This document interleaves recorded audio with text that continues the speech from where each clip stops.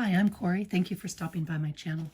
Today I'm sharing quickly a advent calendar junk journal card kind of thing that was inspired by the newest tag kit by Tracie Fox from LoveJunkJournals. And this is one of the images from that. I've made many advent calendars in the past, and I wanted to do one in junk journal style because I'm really enjoying junk journaling. And when I saw her new kit, it really encouraged me to try to use her tags in a different way. So this particular journal uses her two Christmas kits, the one that she's had for a while and then the one that she just recently came out with. And I don't know what the total dimensions are, but it was made to fit in this, whoops, do I have it backwards? I do, pardon me. I deliberately made it to fit inside this tin so that I can ship it off to England, UK, excuse me. So the dimensions wouldn't necessarily be ones I would use all the time. And in fact, the next journals that I'm making along this line the ones I'm working on now are going to fit inside the small priority envelope. So they will fit perfectly inside this. And I'll give you the dimensions for those later if anybody's interested. So it is got a 1.5 inch spine that I covered with a bit of lace. And then this is the paper from her kit. Her Christmas paper kit, and then the other pieces are from her label kit. And it is just an advent calendar. The inside, and I'll try to turn it sideways so you can see, the inside is just a scrap of paper that I had, and then these are all bits from her labels. They're just the candies inside are the Ghirardelli peppermint bark squares, and you can see when I did this that the pages bent just a tiny bit, and the reason is because I had to make it fit inside that box. I had to make this super tight. So the subsequent journals I'm working on, the pages are just a little bit wider, and so you don't get that little bit of a bend, and the pockets aren't quite so tight. So the kit comes with labels and, oh, no, I'm sorry, I'm out of frame again. I apologize. The kit comes with a whole bunch of labels, these individual Christmas tag type labels, and then numbers in red, tan, and green. And they're not like a bright red, a bright tan, or a bright green. And the reason you're seeing a little bit of a glare there is because I put on the top of the numbers, just to make them stand out, I put some Nouveau Crystal Glaze on the tops of them. I tried it first by putting this on and then cutting them out, because you have to fussy cut these things. And that didn't work so great, so it worked a lot better for me anyway to cut them out and then put the glaze on top. And it's essentially, I just used the variety of pieces that, oh, there we go, sorry. I used a variety of the pieces that she had in the kit along with the numbers. And then the whole thing is that. And then the back, what I did is I used the plain pages for the kit to make cards so that, along with the labels and then the pattern paper, the more bright pattern paper that she had in cut out pieces, so that if she wanted to, she could journal about that week's activities or what have you. And on the backs of those. The pockets for the candies are, I'm trying to get in here to get in frame, sorry, I'm trying to get close enough but not too close. The pockets are made from coffee dyed tracing paper, and they work pretty well because they're pretty strong, stronger than I would have thought they would be. And then I sprinkled a little bit of Lindy's Steampunk Sepia on the paper, and then a bit of Lindy's Magical bit of bubbly on them, and then let them dry, just to give them a little bit more sparkle and sheen. And all the different labels come in the kit, and there's more than enough to do the entire journal. So each of the tags are a little bit different, and each of the days are a little bit different. And then on the very last page, again, it's just a journal. Maybe I'll zoom out just a little bit. There we go. Sorry. I did a slightly different and did a Christmas Eve one. So it's got 3 journals. And then for the backs, all I did was I just used a scrap of paper so that when I tuck these into the journal pockets, you can still see all of the tag, and then they stay in place. And then the idea is each day they get, candy as you're counting down to Christmas. And then on the last day,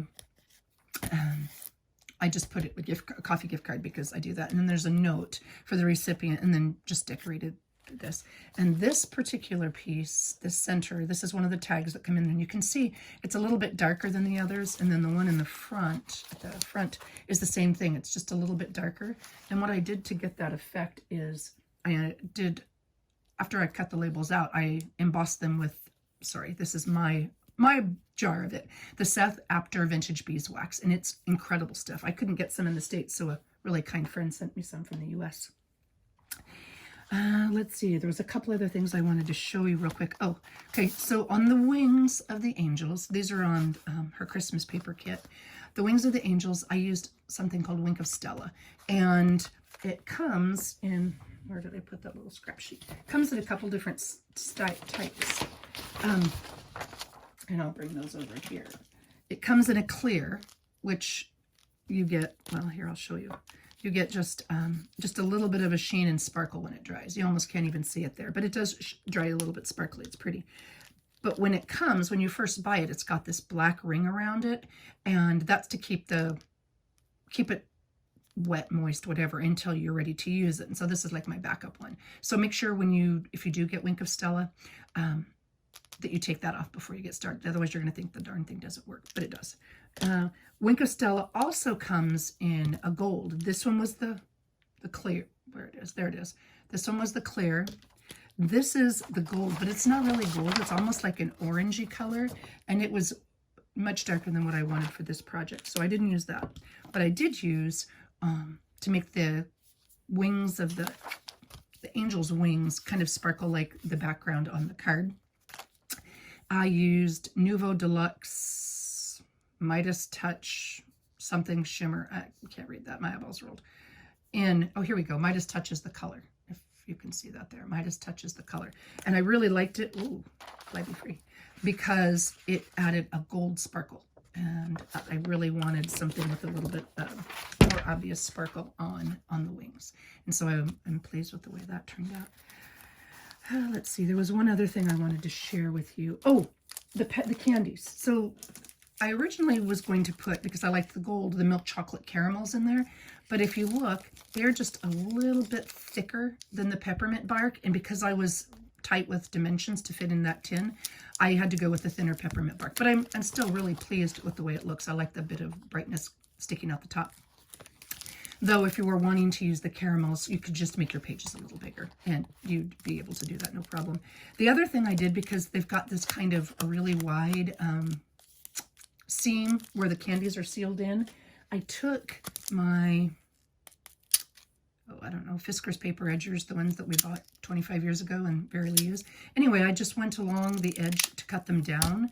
And so they still have that serrated edge, but they're not quite so big and so bulky.